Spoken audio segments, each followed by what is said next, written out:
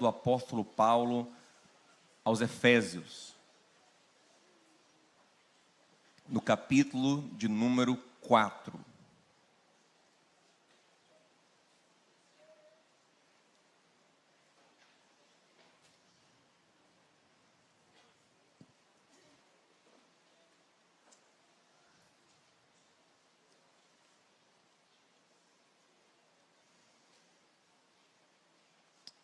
Carta de Paulo aos Efésios, capítulo 4, versículo 22.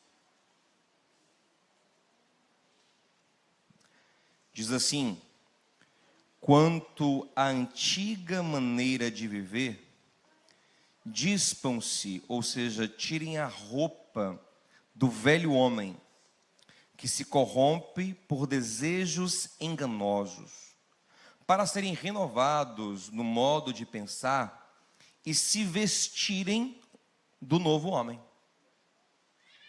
Observou? Eu mudo a minha forma de pensar e me visto do novo homem, criado para ser semelhante a Deus em justiça e santidade, provenientes da verdade. Amém. Meus amados, apesar de assistir e curtir alguns filmes bobos, não sei porquê, mas eu invoquei com um filme de super-herói. Sempre fui meio engasgado com filme de super-herói. Deve ter alguns motivos, conscientes e inconscientes. Mas tem um motivo que eu sei. Eu, às vezes, acho os filmes de super-herói demasiadamente forçados e mal explicados. Acho que faltam, às vezes, explicações muito básicas. Porque o super-herói, ele não está, geralmente, no mundo alternativo. A ideia, geralmente, é colocar o super-herói entre os seres humanos normais.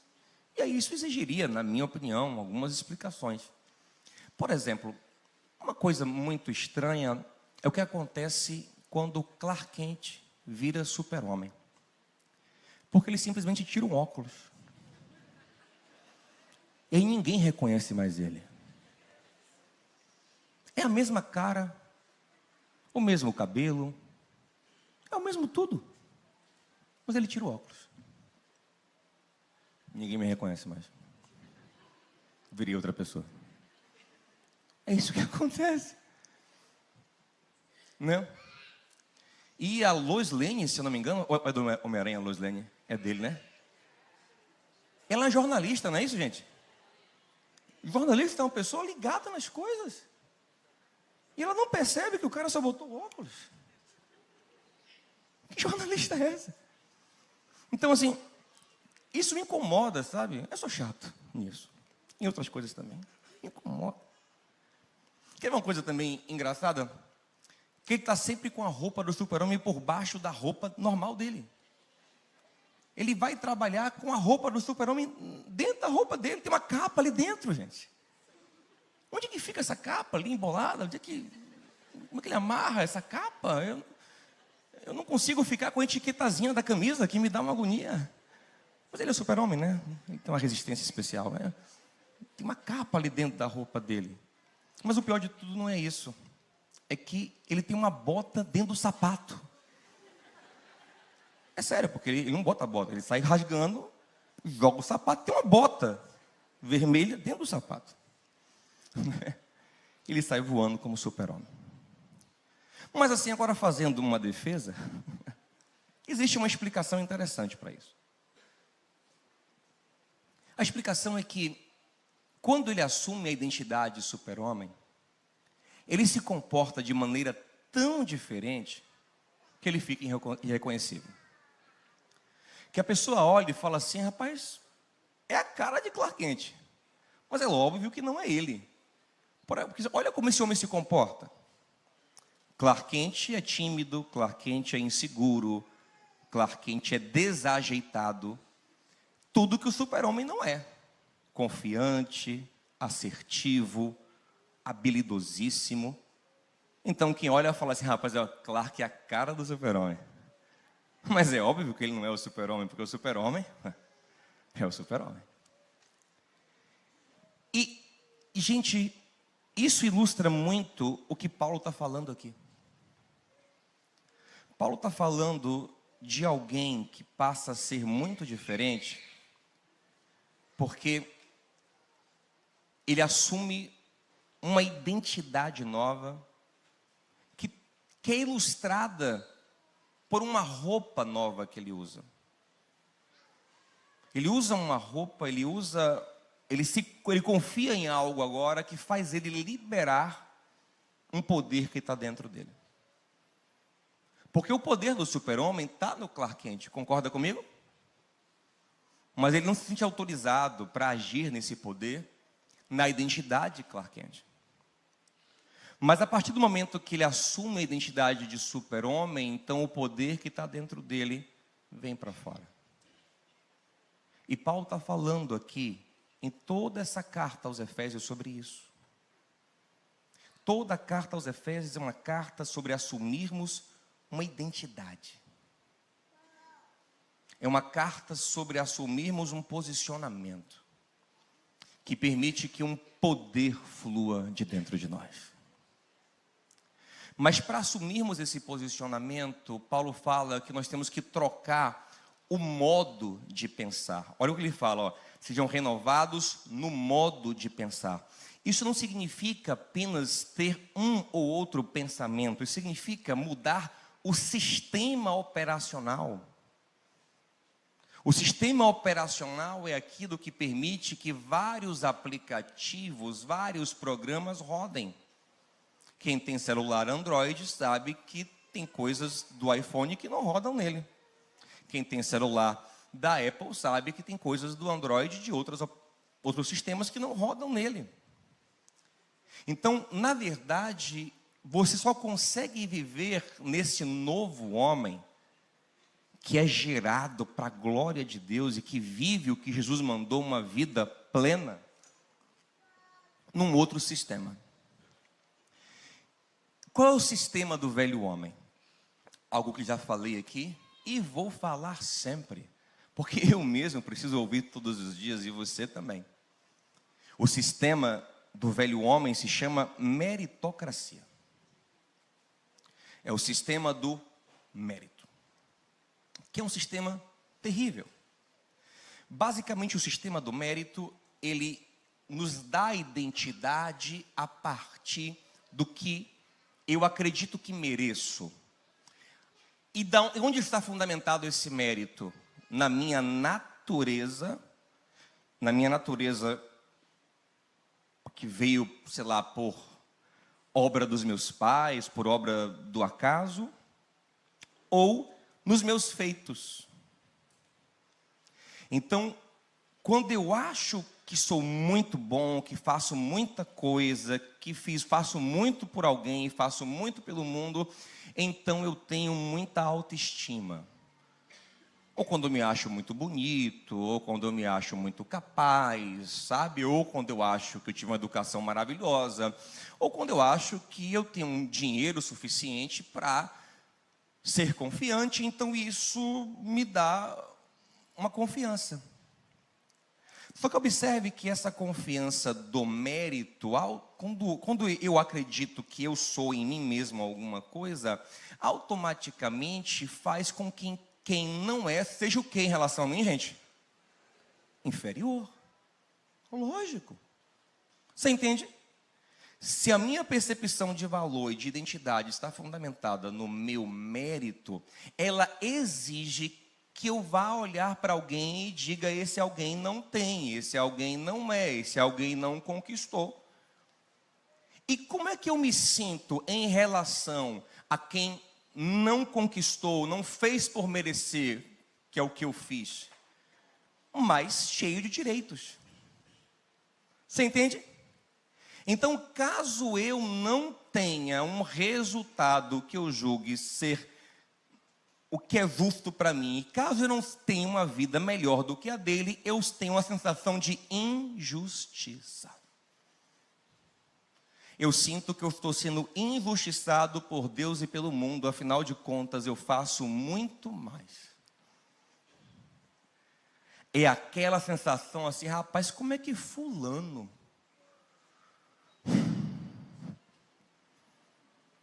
fulano pode ser abençoado? Como é que ciclano pode conquistar? Como é que aquele mau caráter, aquele burro, aquele qualquer coisa menos que eu, pode receber, pode ter? E assim, e na cabeça de quem está operando no mérito, gente, realmente uma injustiça está acontecendo. Realmente uma injustiça está acontecendo. De fato, tem alguém errado aí, porque você merece muito, afinal de contas, você faz muito. Só que, o que acontece?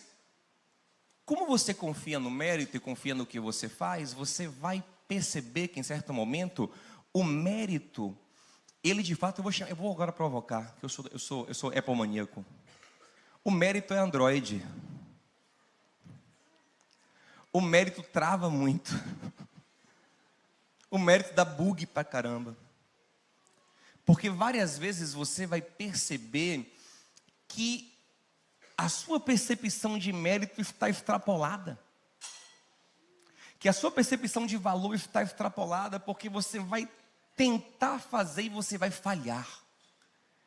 E quando você falhar, toda aquela construção de que você é bom, de que você é inteligente, de que você é capaz, de que você é invencível, ela é abalada. E quando é abalada, o que acontece? A sua estima que estava lá nas alturas vai lá para o poço. Então, quem vive na meritocracia costuma viver numa gangorra em relação à sua autoimagem. Ora se acha um Deus, ora se acha um verme. Ora está lá em cima, passando por cima de todo mundo, ora está lá embaixo. Lógico, se a pessoa tiver um transtorno, um complexo, ela pode travar lá em cima, um narcisista, como pode travar lá embaixo alguém com um complexo profundo de inferioridade. Mas pessoas normais, quando fundamentadas no mérito, ficam assim, ó. Ora se acham muito especiais, ora se acham muito ruins. Ora estão confiantes, ora estão terrivelmente abatidas. E engraçado que isso vai gerando uma química relacional curiosa.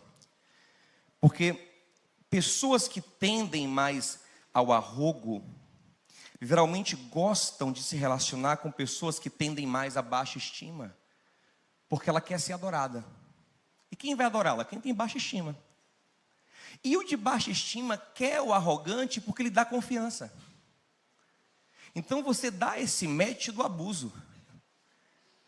Esse match da insegurança. Aí é uma relação de insegurança, é uma relação cheia de medo. Por quê? Porque na verdade o arrogante está sempre olhando para quem ele acha que é pior do que ele, falando assim, eu mereço mais que isso. Então ele está sempre insatisfeito com a relação. E o de baixa estima fala assim, eu não mereço essa pessoa tão maravilhosa. E está sempre com medo de perder. E fica possessivo, e fica neurótico. Você entende como tudo isso é muito complicado? E o arrogante, ele passa por cima das pessoas no trabalho, ou então ele submete a coisas que não deveria submeter, e o de baixa estima que não deveria submeter. E essa lógica do mérito vai destruindo todo mundo.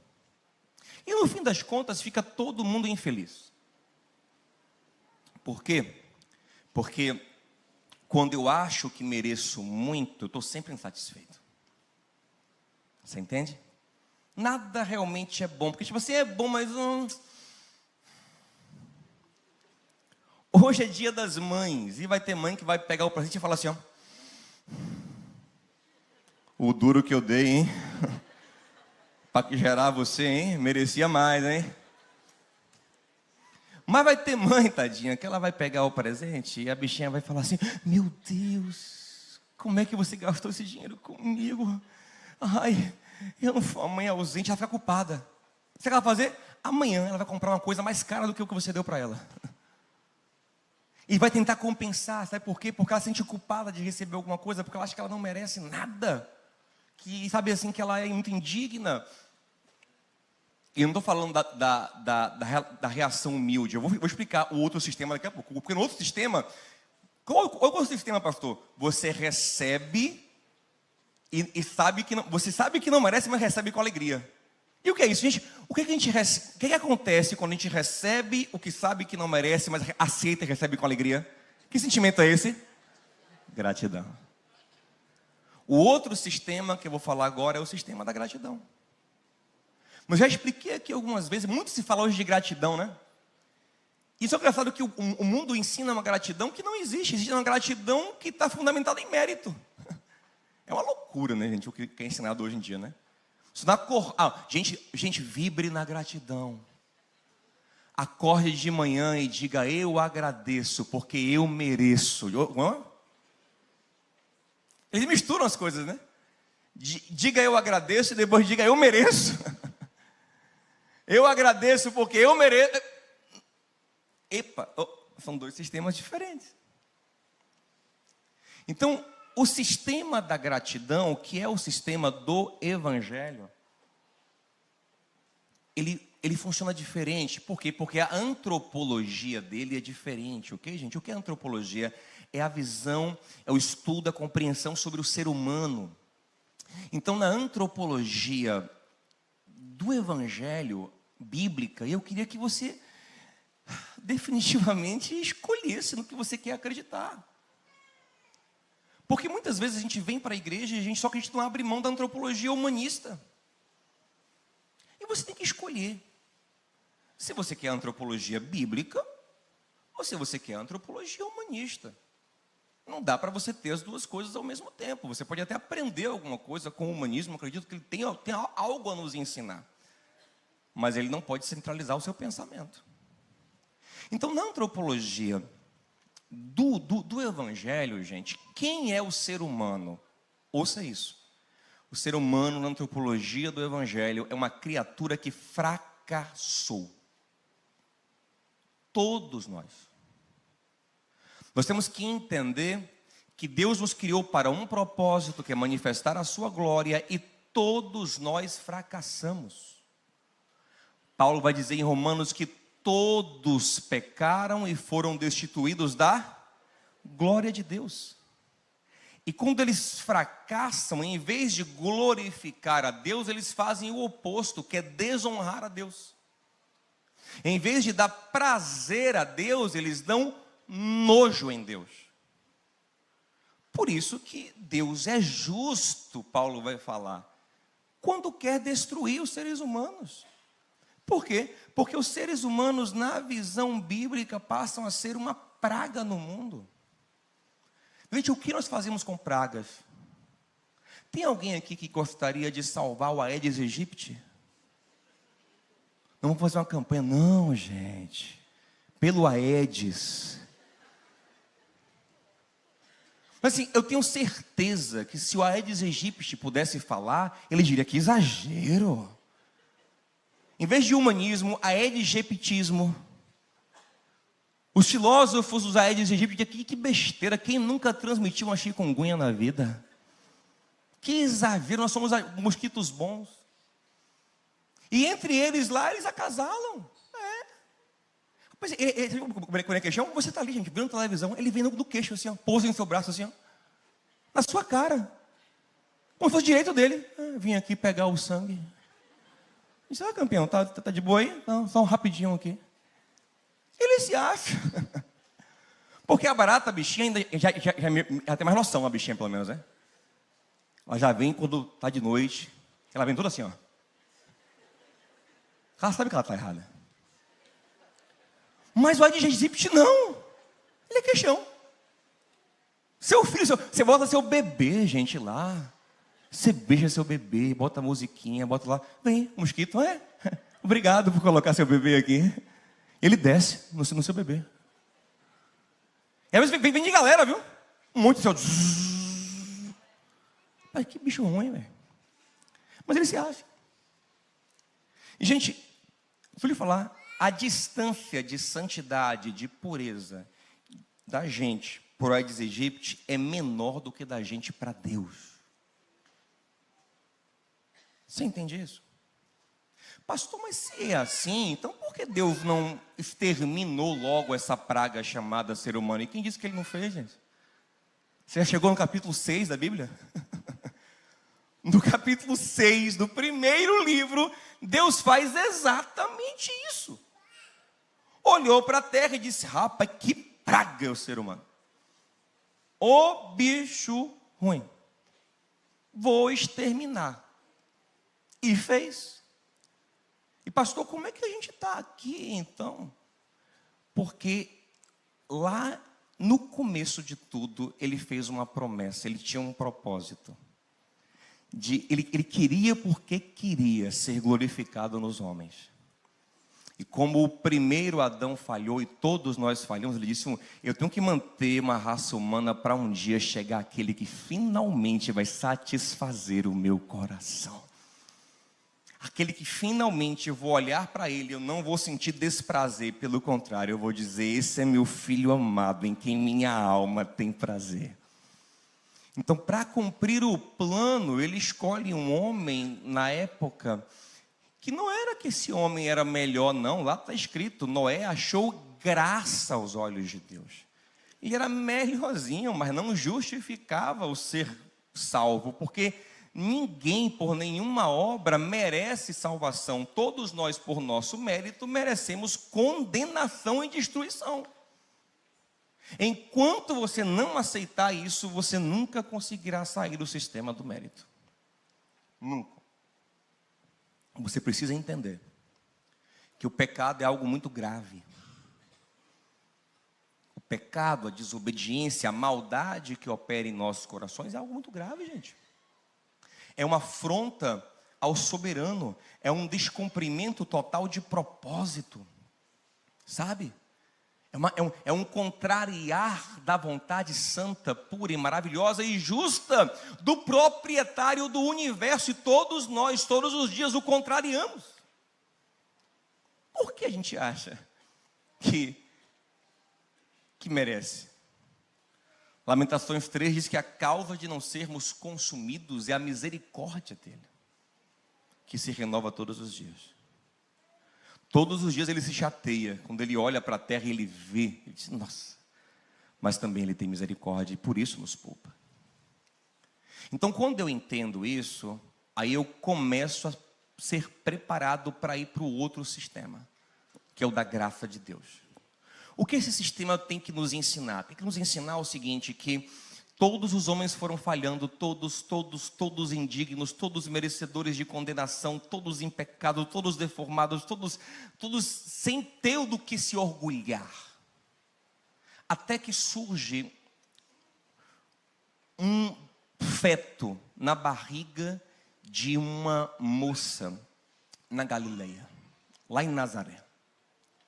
Essa moça se chama Maria, e ela não teve relação com homem algum. O que é gerado dentro dela é fruto milagroso do Espírito de Deus. Grave isso. O que é gerado dentro dela não é obra de um homem, é fruto do Espírito. Pronto, o evangelho é isso, pode ir embora. Feliz Dia das Mães. Então a vitória não é obra de um homem. Relação sexual, gente, é uma obra. Não sei quem já fez. Cansa. É um esforço, né? É um tirar de energia do homem e depositá-lo, né? Na mulher, bem que a mulher também cansa. É uma obra. Maria não fez essa obra. O Espírito desceu e ele fez a obra. Então essa obra, que é de Deus e não de homem, nasce e a ela é dado um nome: Jesus. E ele vai crescendo, e pense num homem que chega aos 30 anos de idade, que nunca olhou nem porque eu estou vendo as crianças aqui, tem que falar mais jeitinho, né? Nunca olhou um site daqueles. Você acha possível isso? Chegou aos 30 anos de idade e nunca falou uma mentira. Chegou aos 30 anos de idade e nunca falou mal de alguém sem necessidade. Chegou aos 30 anos de idade e nunca cometeu uma injustiça. Pelo contrário, a sua vida é se doar em favor dos outros. Você consegue imaginar quem é essa pessoa? Uma pessoa assim? pois esse é o Cristo que a Bíblia nos apresenta. O que é que essa pessoa merece, gente? Me diga aí. Você que opera no mérito, que acha que você merece tanta coisa. Né, Binho? Me diga aí, o que é que Jesus merece? O que é que ele merece? Se a gente descobrisse hoje que tem no mundo uma pessoa perfeita, que não peca nem em pensamento e que a vida é dedicada para amar os outros integralmente, o que é que essa pessoa merece? Gente, por favor, essa pessoa tem que ser praticamente endeusada. Todo mundo deveria babá-lo e pelo contrário, sabe, não contrário, mas ainda mais o que deveria fazer? Nós deveríamos pedir a ele, clamar a ele que fosse o governador do mundo. Porque nós precisamos de alguém assim, porque além de tudo ele é muito sábio. Ele é perfeito na sua mente. Então nós precisamos muito de alguém assim para liderar e botar ordem nessa bagaça. É ou não é, gente?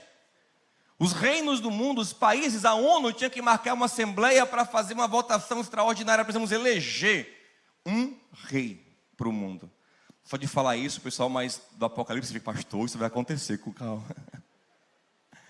Mas na verdade, se ele estivesse aqui, e talvez aconteça isso um dia, justamente por isso, por acreditarem em alguém que parecerá ele, mas não é. Que parece o Cristo, mas não é. Na verdade, é um anticristo. Mas imagina se o Cristo real estivesse aqui, tínhamos que parar o mundo, fazer uma assembleia na ONU, coloca ele como governador do mundo, é isso que ele merece, amém, gente? E o que ele pedisse, o que ele exigisse, teríamos que dar para ele, porque, nossa, ele é o nosso tudo. Entretanto, esse homem, o que mais merece, ele não é tratado com essa honraria, pelo contrário, ele é tratado como sendo o mais miserável dos homens. Você tem que entender que raramente alguém sofria tudo que Jesus sofreu na mão dos romanos. Então, assim, não era comum, por exemplo, você chicotear o condenado daquela forma, e não era um chicote comum. Você já viu um filme, Paixão de Cristo, por exemplo, ou algum outro que retratou aquela cena? Para mim é a mais forte. Os chicotes têm umas pontas de osso, são vários fios de couro, e na ponta tem uns ossos bem fininhos, que quando batem na pele, eles travam. Então, quando o carrasco puxa, ele dá uma rasgada. Então, aquele chicote, ele vai cortando a carne toda. Tinha gente que morria só nisso aí. Pilatos estava com receio de crucificá-lo, que era o pedido original dos líderes judeus, porque Pilatos examinou ele e não viu culpa. E para reforçar esse receio, a esposa de Pilatos falou: bem, não mexe com esse homem. Sonhei com ele a noite toda e ele é justo. Pilatos ficou perturbado e queria livrá-lo. Aí quando Pilatos mandou açoitar, em muito ele tinha a expectativa de que quando os judeus o vissem cortado de chicote, iam liberar da cruz. Então em João 19 diz que ele chega diante dos líderes judeus e do povo e diz: gente, aqui o homem, ó, aqui, está suficiente, já foi punido. Mas inflamados pelos líderes, o povo clama: não, crucifica. Então Jesus será crucificado depois de ser esfolado no chicote. E no meio do caminho vão ter algumas coisas especiais, que é uma coroa de espinhos, que é zombarias diversas, socos, tapas, cuspes. Tem todo um cenário de zombaria diferenciado para Jesus. Eu falei que ele merecia o quê? Ser o rei do mundo, mas na verdade ele é tratado como um rei palhaço, como se fosse um bobo da corte. E sendo puro, sendo santo.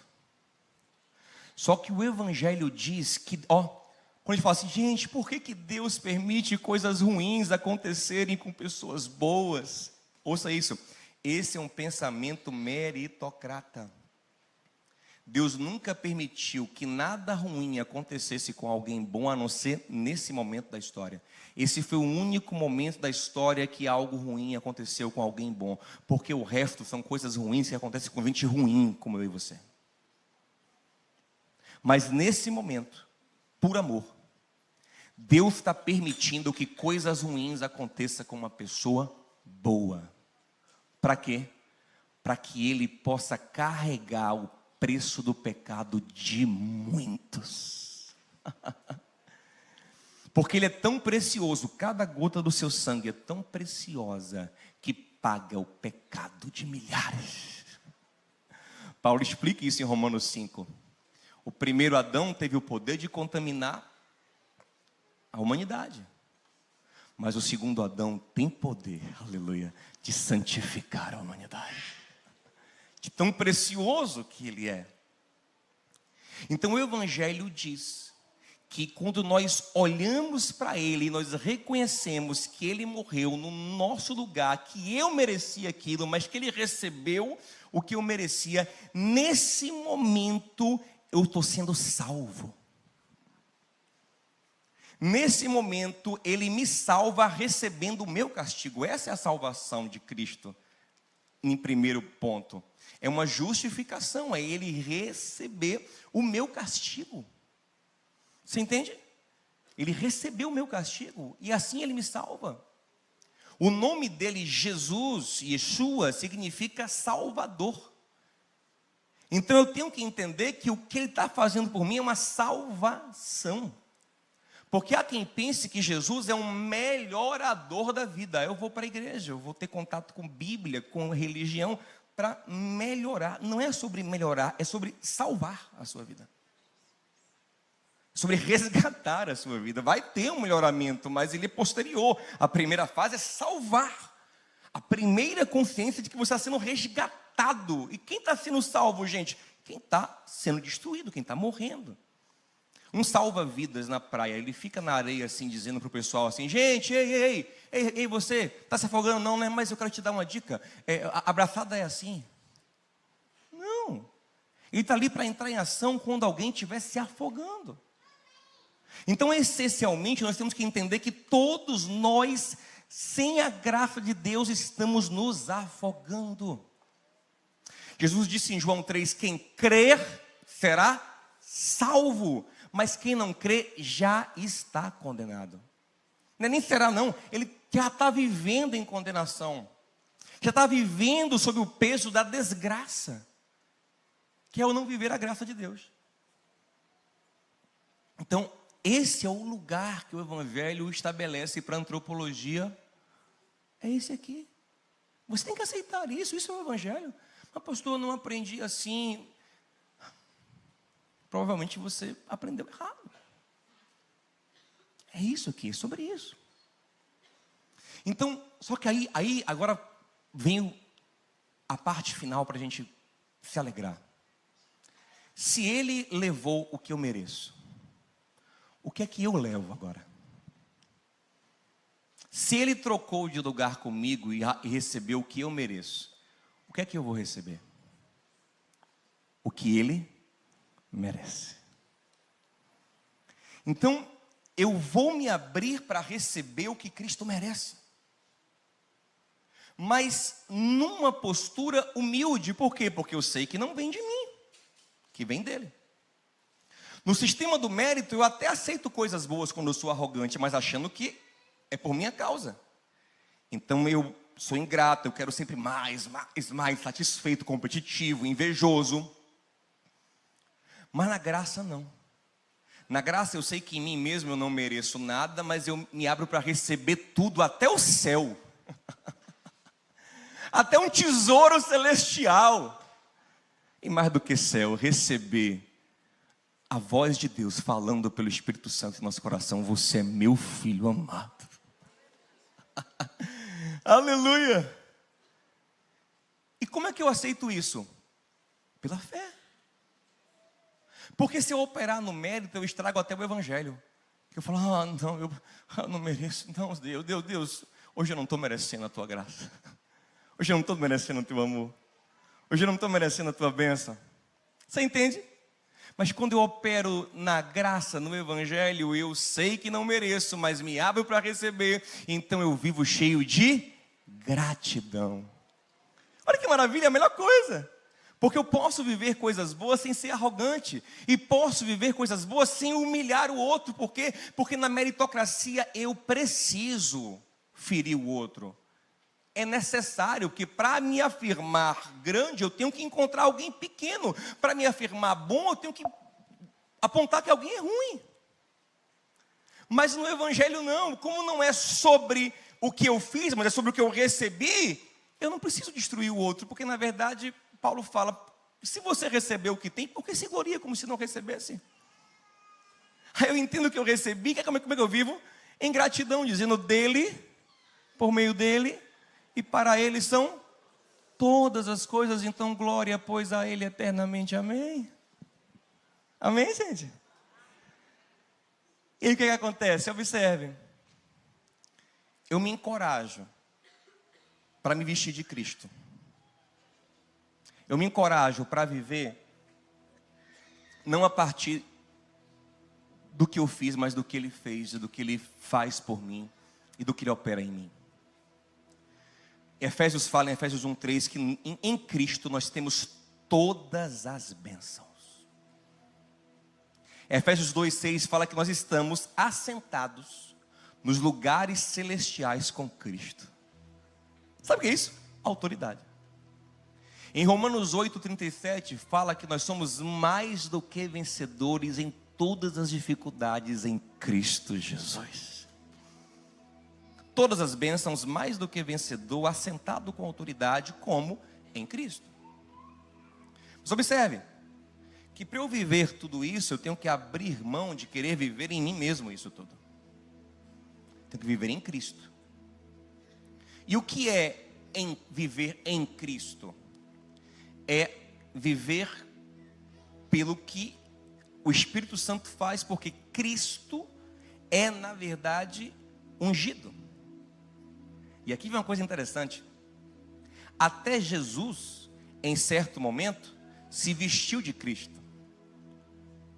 Porque observe, você reparou que lá em Nazaré o pessoal está assim, poxa, como é que esse homem aí que a gente viu crescer aqui em Nazaré, filho de Zé Carpinteiro, filho de Dona Maria aqui, como os irmãos dele aqui, ele agora está falando assim desse jeito, essa postura dele nova, era super-homem, né?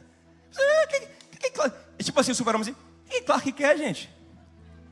É tipo assim, é como se reconhecessem que ele é o Clark, sabe? Pensa que o super-homem chega num lugar e a galera fala, gente, você é Clark Kent, gente? Vai pra Clark? Clark, baixa a bola, Clark, a gente lhe conhece.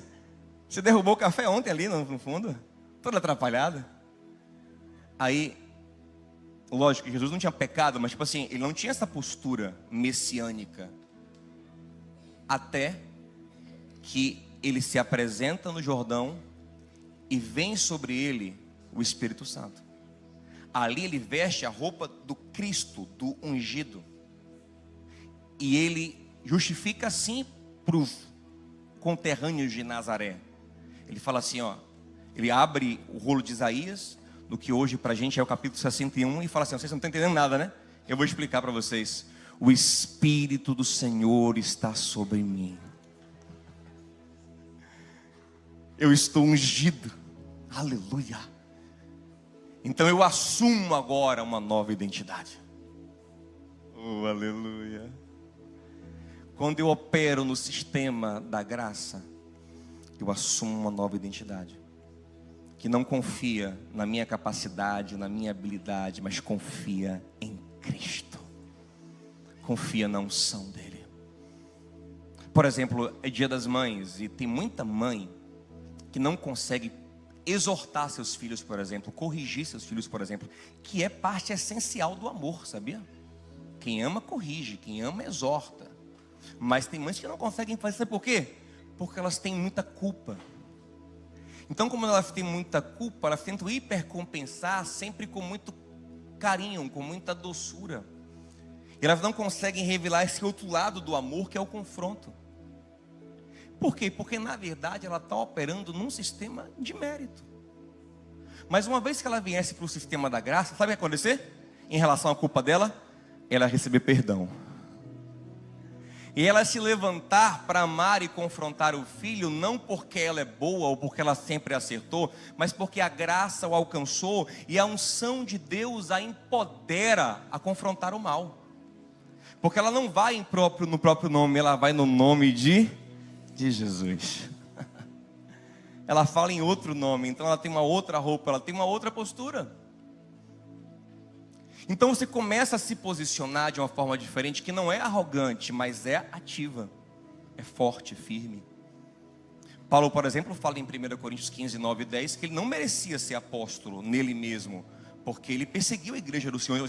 No mérito eu estava frito, porque eu persegui a igreja do Senhor, eu fiz o mal à igreja do Senhor. Entretanto, pela graça, eu sou o que sou. Eu não sou o que as minhas obras fizeram, eu sou o que o Espírito gerou em mim. Aleluia. Eu sou o que o Espírito diz que eu sou. Então se ele diz que eu sou apóstolo, eu sou. Ele fala assim, a graça de Deus não foi inútil comigo, porque eu trabalhei mais do que todos os apóstolos renomados aí. Ele fala, não eu, a graça de Deus em mim.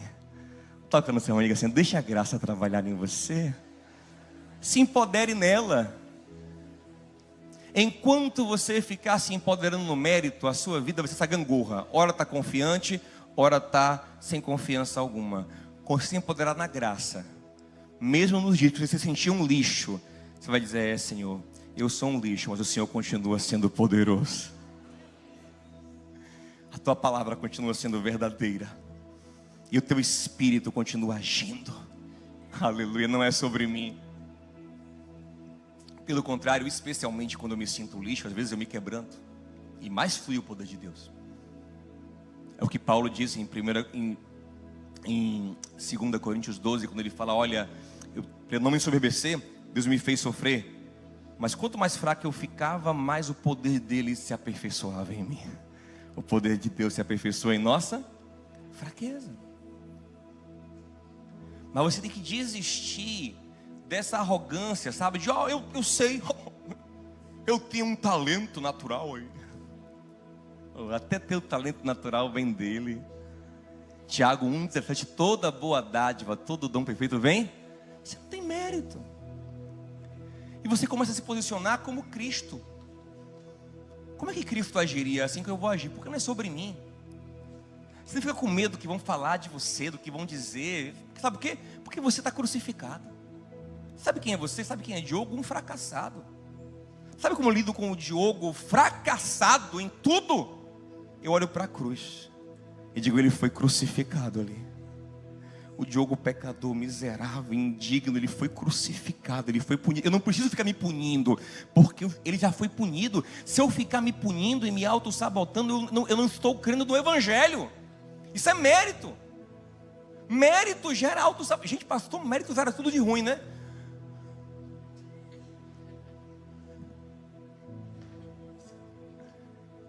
Porque o mérito diz, faça alguma coisa contra o seu pecado. Puna o seu pecado. E uma das formas mais fáceis de punir é o que? Não permitindo que algo bom aconteça. Você sabota, porque a sua consciência diz, você vai receber isso, né? Aí você vai e sabota. E eu tenho vontade de me auto-sabotar constantemente, porque o velho homem, infelizmente, quer se levantar, sabe? Mas aí eu rasgo a roupa do velho homem e deixo que o novo homem que está dentro de mim venha para fora, né? Jogo o sapato fora e está lá o botão vermelho. Milagre, meu irmão. Está lá o botão vermelho. E eu digo, o velho homem merecia isso, mas Cristo foi rasgado. A roupa que é rasgada, a roupa do Clark Kent, foi Jesus rasgado. Então eu me permito ser o que Ele é. Aleluia. Falar como eu penso que Ele falaria. Agir como eu penso que Ele agiria. Pelo fruto do Espírito que habita em mim. Mas Paulo fala que toda vez que eu confio em mim mesmo, na carne, eu faço obras da carne. Paulo explica isso na carta aos Gálatas, que é só para isso, uma carta para crentes, não é para desviado, não é para crente, não é para incrédulo, não é para crente, mas é para crente que está confiando em si mesmo agora. E Paulo fala: sabe o que vai acontecer com vocês? Já está acontecendo. Por deixar de confiar na graça, vocês não conseguem mais andar no Espírito, pela fé, vocês andam pelo mérito e fazem obras más. E se você olhar as obras da carne, gente, em Gálatas capítulo 5, do 19 em diante ali, você vai ver que o que mais tem é obra de orgulho, de briga. O que mais tem é isso, dissensão, facção, intriga, inveja, porfia. Por quê? Porque o mérito é isso. Eu não consigo mais viver sem brigar, sem invejar, sem disputar, sem satisfação do mérito. Mas qual é o fruto do Espírito? Amor, paz, alegria. Alegria e gratidão, gente, andam assim, ó. Onde uma tá, outra tá. Onde uma tá, outra tá. Porque o sistema da graça é esse, é gratidão, é bondade, é leveza, é pureza, é sabor para a vida. Então, o que vai ter que acontecer comigo? Eu tenho que acreditar que tem uma unção de Deus na minha vida, e que essa unção opera. Em 1 João 2,7, João fala assim: vocês têm a unção que está sobre ele. Em Atos 2, o Senhor falou assim: ó, fiquem quietinhos aqui, porque vocês não têm condição de saírem sozinhos mesmo não. É tipo, parafraseando, mas tipo, fiquem quietinhos aqui. E como é que eles eram eles sem a unção? Eles tinham conhecimento bíblico, algum deles, por exemplo, Natanael demonstra ter um conhecimento bíblico, alguns outros também. Eles tinham experiência no judaísmo, eles tinham algumas virtudes, alguns valores, mas eram inconstantes, eram incrédulos, eram fracos, eram errantes. Pedro mesmo tinha acabado de negar Jesus 3 vezes. O Senhor falou: fiquem quietinhos até descer sobre vós o Espírito Santo, porque aí ele vai gerar em vocês tudo o que vocês não conseguem gerar por vocês mesmos. Aleluia. Aí recebereis poder e sereis minhas testemunhas. A gente pensa muito em poder como uma manifestação de algum dom muito espetacular, mas sobretudo o poder é um poder aqui dentro, que nos empodera para ser. Porque o Pedro, que negou Jesus 3 vezes diante de poucas pessoas, em confrontos individuais, agora se posta diante de uma multidão e prega Jesus Cristo. Dias depois, e 3.000 pessoas, ele é tão convincente por causa da graça, que 3.000 pessoas se rendem ao Senhor. Lá em Atos 4 diz que eles oraram e falaram: Senhor, nos dê poder para pregar a tua palavra. Diz que eles foram cheios do Espírito Santo e saíram dali pregando o evangelho corajosamente. Toca em teu irmão de igreja assim: corajosamente. Assim você vai viver quando você acreditar que não é por você, é pela unção do Espírito Santo na sua vida. Eu encerro contando mais uma vez meu testemunho, né? Eu era muito tímido, muito gago, tanto que, viu, Marcelão, vou me vingar em você, não tem ele, tem que me vingar por tabela. O irmão de Marcelo colocou em mim o apelido de Scooby-Doo na escola. E ele vai dizer que não era ele não, viu? Não, não fui eu não, Diogão. Eu disse: foi você sim, salsicha. Quem bate esquece.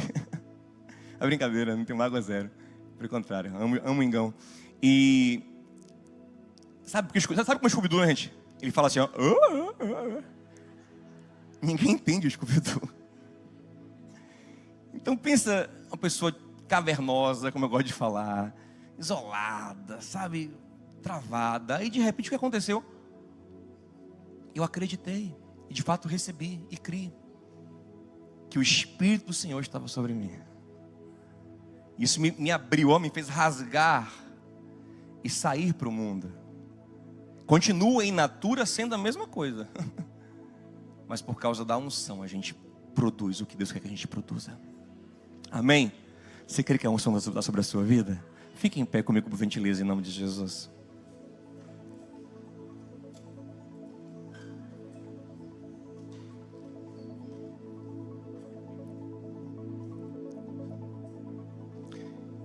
Quem crê em si mesmo, eu poderia dar várias características sobre a operação dos dois sistemas, mas eu não vou ter tempo para isso. Mas quem crê em si mesmo, só dedica ao talento, à forma. Mas quem crê no Senhor, se dedica, sabe o quê? A se alinhar com Deus em primeiro lugar. Porque sabe que é sobre Ele. Se dedica a orar, se dedica à palavra. Não que a parte natural não seja importante, ela é, e ela vem de Deus também. Mas ele sabe que a fonte, o fundamento é o Espírito Santo de Deus. É Ele que opera, é Ele quem faz. Ei, meu irmão, se vista de Cristo. E às vezes o nosso problema em se vestir de Cristo é porque a gente quer glória pra gente. Quando a gente se veste de Cristo, a glória é dele. Já percebeu isso? Que o Clark Kent volta pro trabalho e ninguém aplaude? Homem-Aranha também, né? O Peter Parker. É, né? Ele volta pro trabalho. Ele trabalha, não trabalha? Tira foto, né? Enfim, ele volta pra vida dele e ninguém aplaude. Todos eles, na verdade, ou quase todos, nas suas vidas normais, ninguém sabe, eles são secretos. E nós temos dificuldade com isso, porque a gente quer uma glória para o nosso nome. Mas esqueça, a glória é dele. Se você quiser viver uma vida abençoada, você vai viver em Cristo. Você vai viver humilhado, confessando o tempo todo: não é sobre mim, não é sobre mim, não é sobre mim. Eu sou fraco, eu não posso, eu não tenho nada. Mas Ele é maravilhoso. Você vai expor as suas fraquezas, mas mostrar que a virtude dele pode operar num fraco como você. Você está preparado para confessar para o mundo que você é fraco? Está preparado para mostrar para as pessoas que você não pode? Para mostrar que você erra, que você falha, que você é todo atrapalhado em você mesmo? Se você estiver preparado para isso, então você vai estar também pronto para revelar que Ele é maravilhoso, que Ele é poderoso, que Ele é grandioso, e a glória dEle vai se manifestar na sua vida. Amém? Vamos cantar um pedacinho de uma canção agora, que fala sobre isso. Eu quero que você ore essa canção. Ore isso. Ore isso.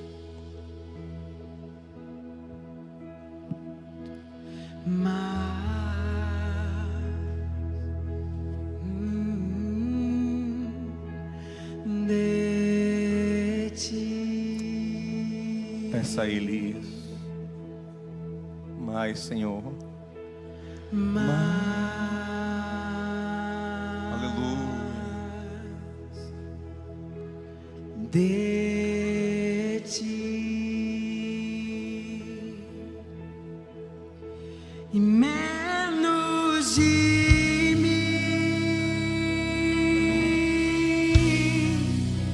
e menos de mim,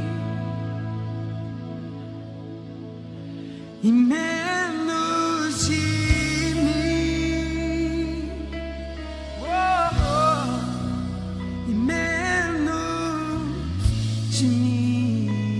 Aleluia.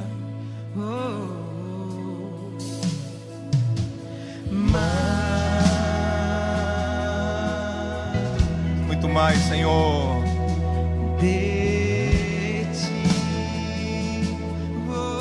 Aleluia.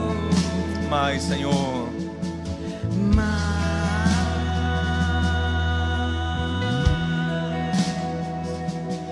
De ti. Peça a Ele isso. Menos de mim. E menos de mim. Aleluia. E menos de mim. Oh, oh, oh. E menos de mim. Oh, e menos de mim. Oh, que Ele cresça e eu diminua, que Ele apareça Aleluia. e eu me constrange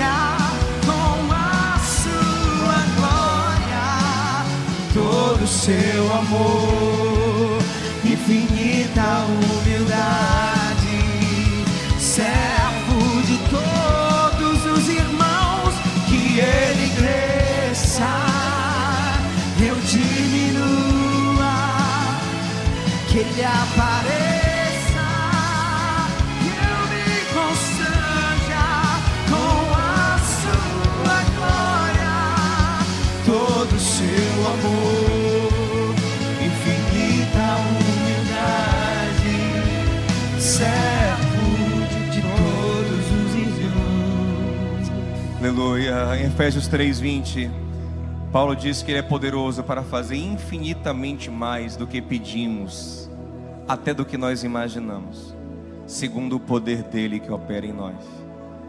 Se você operar em você mesmo, no seu mérito, no seu ego seco, você vai no limite da sua mente. Mas se você for carregado pelo Espírito, você vai onde você nem imagina, porque ele te carregará a dimensões inalcançáveis. Aleluia, pela graça dele. Aleluia. Ore ao Senhor dizendo: Senhor, eu confesso que eu fracassei. Eu em mim mesmo eu sou um fracasso, mas eu sei que o Senhor é vencedor até em mim. O Senhor é tão vencedor que até em mim o Senhor vence. Aleluia. Até aqui o Senhor consegue ser vencedor. Diga isso a Ele. Pai, nós não somos nada sem o Senhor. Somos miseráveis, dignos de morte, mas na cruz o Senhor pagou pela nossa morte, para que nós tenhamos a vida do Teu Filho em nós. E nós queremos recebê-la, nós queremos aceitar este amor, nos apossar dessa condição de filhos e viver vestidos de Cristo. Queremos tirar, rasgar a roupa do velho homem, porque ele foi crucificado na cruz, e nos vestir do novo, que anda segundo Jesus, que anda na unção do Espírito Santo. Nos enche, Pai, com a Tua unção, com a Tua presença, com a Tua graça, em nome de Jesus. Quem crê diz amém. Graças a Deus. Meus irmãos, sente 2 minutos, rapidinho. As mães acharam que ia passar em branco? 2 minutos.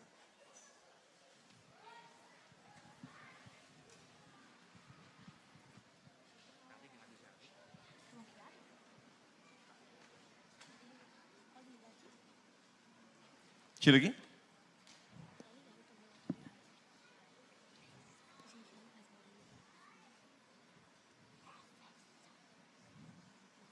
É rapidinho.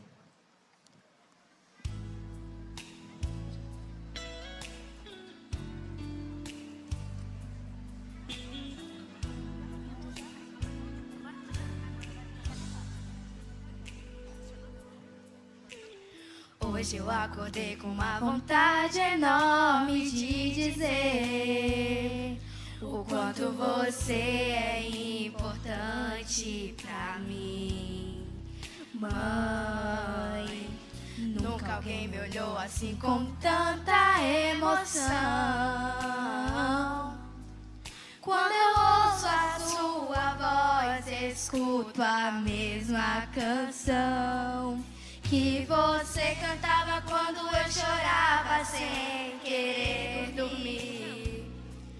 E com lágrimas você orava por mim. Palavras de amor, palavras de paz, são momentos que eu não esquecerei jamais, jamais. Eu preciso te falar de amor, eu preciso te falar da minha gratidão. Receba essa canção, mãezinha, quero dedicar esse momento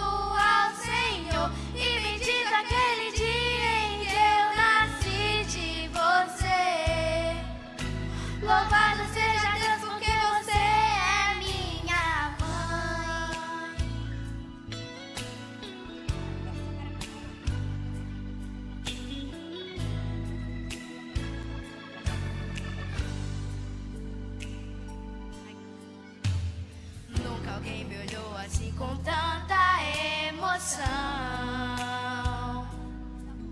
Quando eu ouço a sua voz, escuto a mesma canção que você cantava quando eu chorava sem querer dormir. E com lágrimas você orava por mim. Palavras de amor, palavras de paz, são momentos que eu não esquecerei jamais, jamais. Eu preciso te falar de amor, eu preciso te falar da minha gratidão. Receba essa canção, mãezinha. Quero dedicar esse momento ao Senhor. E bendita aquele dia em que eu nasci de você. Louvado seja Deus porque você é minha mãe. Mamãe, todos os dias sorria. Quero te beijar, quero te abraçar, mamãe. Todo dia é seu dia. Quero te beijar, quero te abraçar, mamãe. Abre os braços e sorria. Quero te beijar, quero te abraçar, mamãe. Todo dia é seu dia. Eu preciso te falar de amor. Eu preciso te falar da minha gratidão. Receba essa canção, mãezinha. Quero dedicar esse momento ao Senhor. E bendita aquele dia em que eu nasci de você. Louvado seja Deus porque você é minha. Eu preciso te falar de amor. Eu preciso te falar da minha gratidão. Receba essa canção, mãezinha. Quero dedicar esse momento ao Senhor. E bendito aquele dia em que eu nasci de você. Louvado seja Deus porque você é minha mãe. Quero te abraçar, mamãe. Quero te beijar, quero te abraçar, mamãe. Minha mãe.